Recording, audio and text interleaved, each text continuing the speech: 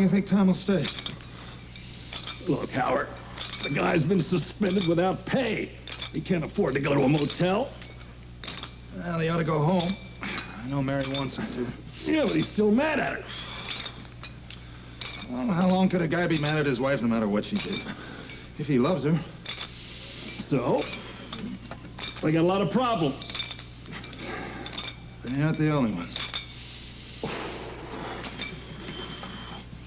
Look, Howard, just accept what you are. You think that's all it comes down to, don't you? I do.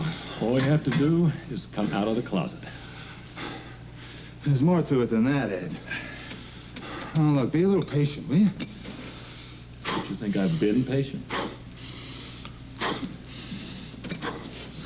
Hey, guys. Tom, grab some weights. You can use a workout. I could use a beer or more. Here, help yourselves. I just got back from the market, okay? I'll take you up on them for 50 push-ups. Sit-ups. Hey, look, Tom. What? I saw the plant psychologist leaving your house when I came home today. Gilroy? Yeah. Huh. I wonder what's up. I think Mary's trying to figure a way to square things. Yeah? Maybe I ought to call her. What do you think? Yeah, why don't you do that? Yeah.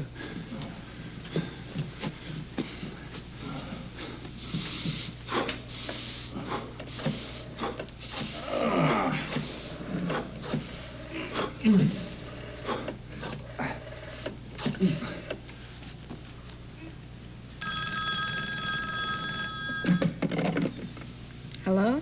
Hi, honey, it's Daddy. You coming back? Well, honey, we'll see about that. But meanwhile, you and me have a date for after school tomorrow, right? To my platform shoes. Whatever you say. Listen, sweetheart, let me talk to your mother, okay? Is she around?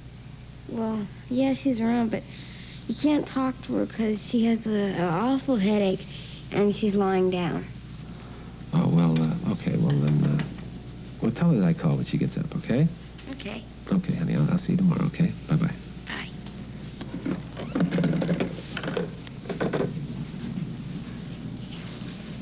What are you doing? Looking for warts. Penny Balasta says you get them when you tell lies. Honey, you didn't tell a lie. You told a half-truth. I really do have a headache. Where are you going? To finish my homework.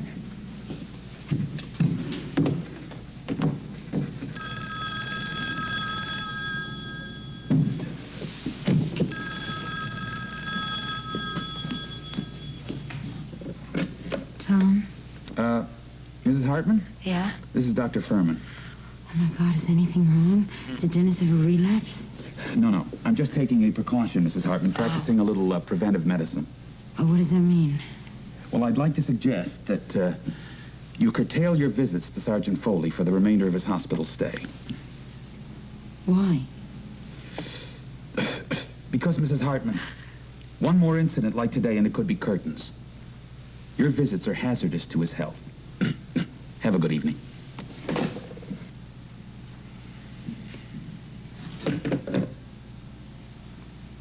It's those buttons on those beds.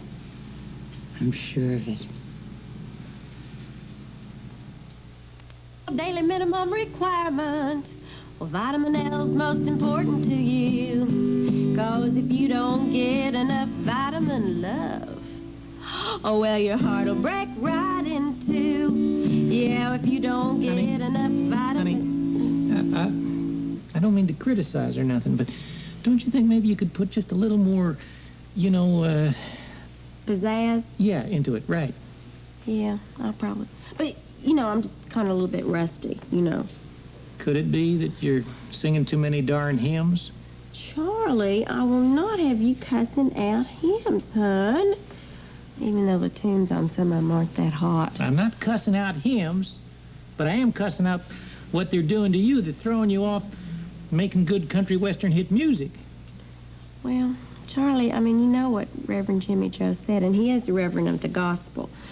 And he said maybe I ought not to make that record. Which is an opinion that I guarantee that kid, that youthful reverend of the gospel will change just as soon as his daddy explains to him how you're going to give the royalties to the Worldwide Missionary Center and the Condos for Christ. Charlie, there you go, distorting the facts again, hon. Now, that is not what Merle said. He didn't say he'd make Jimmy change it. He said that he would ask Jimmy to rephrase the prayer question to the Lord. And I'll bet, with all the money involved, honey, that the answer is bound to come back yes. Well, I'm just not going to argue with you about this now. I mean, otherwise we're going to miss Fernwood tonight, and I can see it. I wouldn't want to miss that. I knew that you'd be anxious to see little Jimmy Joe. I mean, he's going to preach on, and talk about the World Missionary Center today. Well, we're back from those commercials. We know how you hate them, but we do hope that you do stop in at Lee Vine's Drapery Store. And I am here with the youngest evangelist preaching in America. At least, we think he is. Little Jimmy Joe Jeter, who is going to be appearing right across from the fairgrounds in just a few weeks, just as soon as he can get his permit cleared with the city. So, hello there, Jimmy Joe. And God love you, Mr. Stanley, for them kind words. Jimmy, I'm sure that a lot of our viewers out there have a lot of questions that they would like to ask an 8-year-old preacher, but since they are there and I am here, I'll do the asking. Like, all right, how did you get started, Jimmy? Joe? Oh, of course. Well, it all started, Mr. Stanley, when I was 3. Oh, years old. That's right. My mom and dad had just taken me on a walk through the grounds of the Goody Bible College back in Breslin, Missouri. And I said there's more here than meets the eye. 3 years old. I mean, that's amazing. Amazing. And I said I could feel the call of all those good brothers and sisters. At 3 years old. And I knew right then and there, I knew I had to preach. Well, no offense, Jimmy. Joe? But my brother, well, actually, he is, my twin brother, is a minister right here in Fernwood, the Reverend Harold Standfast. And, oh, yes, well, you see, now, I changed my name to Stanley because it seemed a little more showbiz. So much for behind-the-scenes info.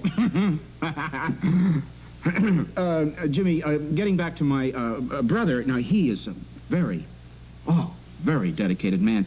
But now, I don't believe that he got his calling until he was 18 or 19 years old. Mr. Stanley, have you ever heard the words, "And a little child shall lead them"?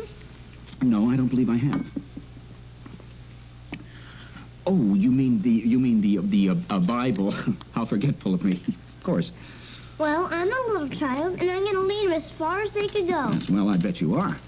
In fact, if I could say a few words to your audience right now. Well, listen, we'd all be very moved, I'm sure. Job 14, verse 1, "Man that is born of woman is a few days and full of trouble. And I say to you, hallelujah, trouble ain't the half of it." There's sin in the X-rated movie. There's perdition in the massage parlor. There's damnation of the soul while staring in the face of John Barleycorn. You sinners out there, you know who I'm talking to. I'm talking to you. Because your trouble is you don't see sin in the places of sin. You don't see the devil when you're out doing the devil's business. Because newspapers tell you can't get away from it. And television tells you it'll give you a wider smile and less underarm stain. And your neighbor tells you it's fun, brother, fun. That's right, fun. While your soul is already on the road to hell, that man or woman, as the case may be, is whispering in your ear that it's hip, that it's groovy to go against the Lord. But you know in your heart, there's no one groovier than God. We will be right back after this message from Wardlow's Roofing and Storm Drains. It isn't that we don't love having Tom with us. Kathy, stop moping. Mother, I'm not moping. Well, actually, she has been moping ever since yesterday when they told her it would take her 6 years to become a nun. I beg your pardon? 5 years, and that's if I was Catholic and if I was cut out for it, and they don't think I am. Oh, but you're so young and pretty. Yeah, and Father DeMarco's so young and handsome. But he doesn't want to become a nun. So, I suppose he's been getting on your nerves, huh? Tom? Kathy, what a terrible thing to say. Well, I mean, he's been so moody lately after the breakup with Mary, which is only natural. Tom is not moody. Well, it's just that since my Howard has become so friendly with Mary, I can see how much Tom would miss her. I mean, after all, they still are so much in love. Don't you think? Oh, of course. They're married. Well, I wouldn't lay odds on a divorce.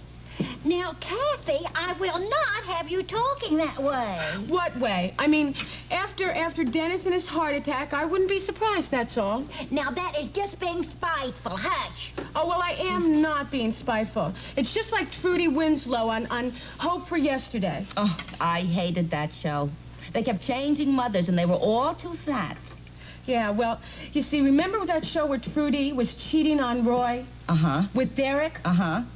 Mary didn't cheat on Tom. She said she didn't. Well, I know, but she was in that man's apartment. She did tell Howard. She did? Oh, yes. They're very close. Well, what I'm trying to say is, see, she was in love. Trudy was in love with Roy the whole time she was with Derek, and nothing ever happened, of course. And then she realized that she didn't love him anymore. That's when she went to Pittsburgh with Derek. Does anybody want any Fritos? No, thank you. I thought it was Ypsilanti, where his father had a hardware business. No. It's Pittsburgh because he wanted to become a symphony conductor. Oh, I don't think we should be talking about Mary like this. Of course, Betty, if you could see a divorce in her future. Oh, well, I'm afraid that would be confidential, Martha, and I really wouldn't want to discuss it without her permission. How about some religious conversions, like maybe me becoming a nun? Well, I suppose I could check. Oh, now, no, don't tell me anything bad, because I don't want to know. Well, we always try to find the most positive aspect. Okay. Now, let me see. Oh. Uh-huh. What? Well, there's this sudden burst of notoriety on your line of the liver, which is sometimes an alternate for the line of fate. Where? Right here. See? And then there's this star on the Mount of Mercury, which, of course, is communications. Have you ever considered television? Have I ever considered television what? Well, being on it, of course. That's incredible. I mean, that's really incredible. Well, I would definitely say that you are somehow going to be connected with television, and it is all going to come through the intercession of a dark-haired young man. A dark-haired Mm-hmm. That's incredible. She is the wisest woman.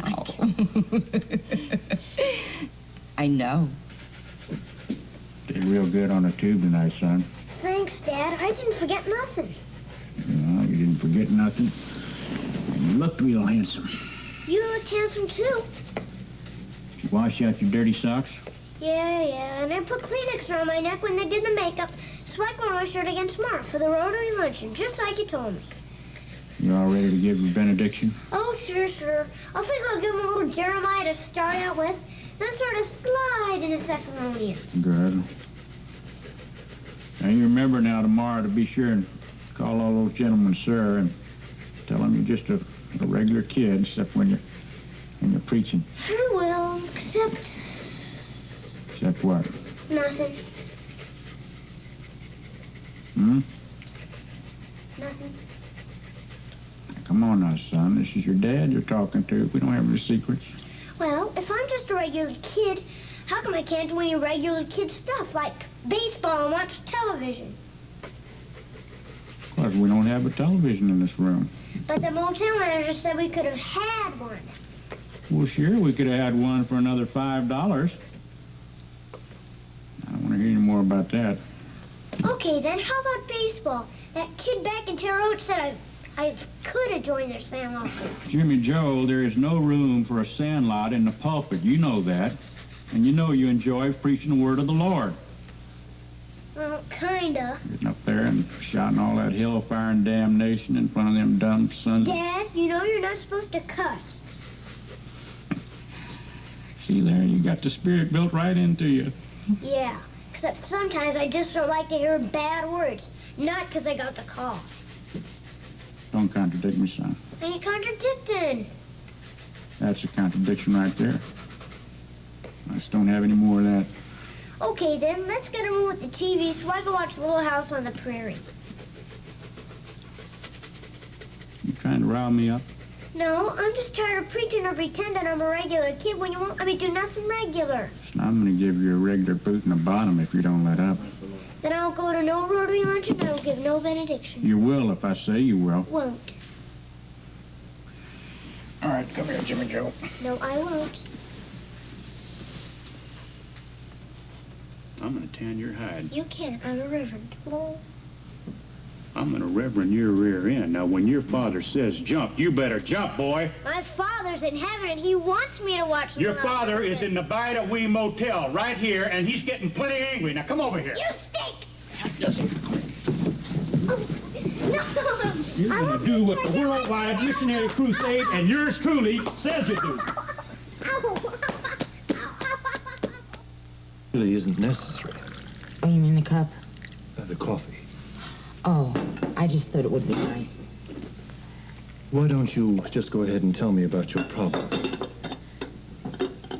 What problem? The problem you called me about on the telephone. Oh, that problem? About the man in Fernwood receiving who was not your husband. You mean with the cardiac thing? With whom you had relations.